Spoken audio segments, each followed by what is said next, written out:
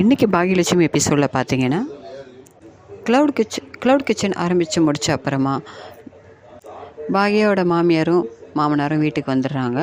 அதுக்கப்புறம் செடியும் பார்த்திங்கன்னா ஒரு பெரிய ஃபோட்டோ கொண்டு வந்திருக்கிறாரு. அதில் வந்து அந்த ஃபோட்டோவில் வந்து ரிப்பன் கட் பண்ணுற மாதிரி இவங்க அந்த க்ளவுட் கிச்சனில் ரிப்பன் கட்டுற மாதிரியெல்லாம் ஃபோட்டோலாம் இருந்திருக்கு. அந்த ஃபோட்டோவை அழகாக ப்ரேம் பண்ணி செடியும் கொண்டு வந்திருந்தார்.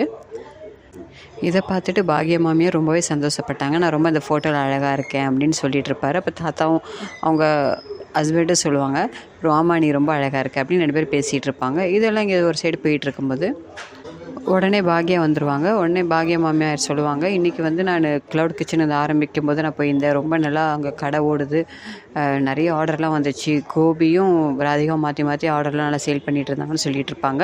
அப்போ பாகியாவுக்கு கொஞ்சம் மூஞ்சி வாடுது.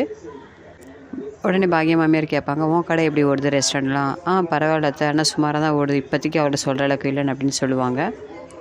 அதுக்கப்புறமா பாகியா வந்து இங்கே ரெஸ்டாரண்ட்டுக்கு வந்துடுவாங்க. அங்கே வந்தீங்கன்னா பழனி வந்து சாப்பிட்டுட்ருப்பார். அந்த பழனி சாருன்றவர் வந்து அந்த ரெஸ்டாரண்ட்டில் சாப்பிட்டுட்ருப்பார். அப்புறம் பாகியாவும் பழனி சாரும் கொஞ்சம் பேசிகிட்டு இருப்பாங்க. உடனே பழனி சார் சொல்லுவார், ஏன் மூஞ்சி உங்களுக்கு முகம் ஒரு மாதிரியாக இருக்குன்னு கேட்டோன்னே, இல்லை நான் அந்த மாதிரி எங்கள் வீட்டில் இப்படி இருந்தது, எங்கள் ஹஸ்பண்ட் க்ளவுட் கிச்சன் ஆரம்பிச்சிருக்காரு, அது எல்லாமே எடுக்கிறது எல்லாமே அவங்க சொல்லுவாங்க.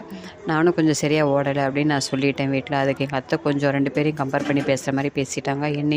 என்னையும் கோபியும் கம்பேர் பண்ணி பேசிட்டாங்க எங்கள் அத்தை அப்படின்னு சொல்லுவாங்க. எனது கொஞ்சம் ஸ்லோவாக தான் ஓடுச்சு அப்படின்னு நான் சொன்னதால் உடனே பழனி சார் சொல்லுவார், நீங்கள் பிஸ்னஸை பற்றி வீட்டில் ரொம்ப பேசக்கூடாது, பெரிய பெரிய பிஸ்னஸ் மேலாம் அதான் பண்ணுவாங்க, பிஸ்னஸை பற்றி வீட்டில் ரொம்ப பேச மாட்டாங்க, ஸோ நீங்களும் அது மாதிரி ரொம்ப வீட்டில் பேசாதீங்க அப்படின்னு சொல்லுவாங்க. சரி சார், இனிமேல் அது மாதிரி பேச மாட்டேன், நீங்கள் சொல்கிற ஐடியா நல்லா தான் இருக்குது அப்படின்னு சொல்லுவாங்க பாக்யா. அதுக்கப்புறமா கோபி வந்து ஒரு ஹோட்டலில் உட்காந்து ஏதோ சாப்பிட்டுட்ருப்பார். அந்த இடத்துல வந்து ஜோசப் வந்துடுவார். ஜோசப் இவங்க 2 பேரும் கொஞ்சம் வாய் தகராறு வந்துடும். உடனே ஜோசப் சொல்லுவார், இந்த வாய் தகராறு நான் வந்து ஜென்னிக்கு கல்யாணம் பண்ண போகிறேன் அப்படின்னு சொல்லுவார். உடனே கோபிக்கு ரொம்ப கோவம் வந்துடும். அன்றைக்கி 2 பேருக்கு வாய் தகராறு வந்து முடிஞ்சோடனே அன்றைக்கி கோபி வீட்டன்னைக்கு வந்துடுவார். வீட்டில் பார்த்தீங்கன்னா கோபியோட அம்மா கேட்பாங்க, என்னாச்சு அப்படின்னு. அப்போ இந்த மாதிரிலாம் பிரச்சனையாகிடுச்சு, ஜென்னிக்கு வேறு கல்யாணம் பண்ண போகிறாங்களாம் அப்படின்னு கோபி சொல்லுவார். உடனே இதெல்லாம் கொஞ்சம் பேச்சு நடந்துட்ட உடனே இதை போய் கேட்கலாம் அப்படின்ட்டு செடியும் உடனே போய் ஜோசப் வீட்டுக்கு போவார்.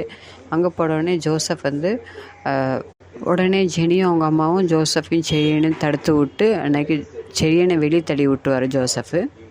ஆனால் இந்த வாட்டி ரொம்பவே அடிச்சிடுறாரு செடியனை. அதுக்கப்புறம் மனசு ரொம்ப கஷ்டமாகி சங்கடப்பட்டு அன்றைக்கி செடி என்ன பண்ணுறாரு, ஒரு கோயிலில் போய் உட்காந்து அழுதுட்டுருக்காரு. அதுக்கப்புறம் பார்த்திங்கன்னா இங்கே வந்து பாக்யாவும் செடியனை தேடிட்டு இருக்காங்க. செடியும் பார்த்தாக்கா ஒரு கோயில்கிட்ட உட்காந்து அழுதுட்டுருக்காரு. அதுக்கப்புறம் எழில் வந்து சமாதானம் பண்ணி கூட்டிகிட்டு வர மாதிரி தான் இன்றைக்கி காமிக்கிறாங்க. ஓகே வியூவர்ஸ், இந்த வீடியோ உங்களுக்கு பிடிச்சிருன்னு நினைக்கிறேன். இந்த வீடியோ உங்களுக்கு பிடிச்சதா என்ன சேனல் மறக்காமல் சப்ஸ்கிரைப் பண்ணுங்கள், லைக் பண்ணுங்கள், ஷேர் பண்ணுங்கள், கமெண்ட் பண்ணுங்கள். Okay bye.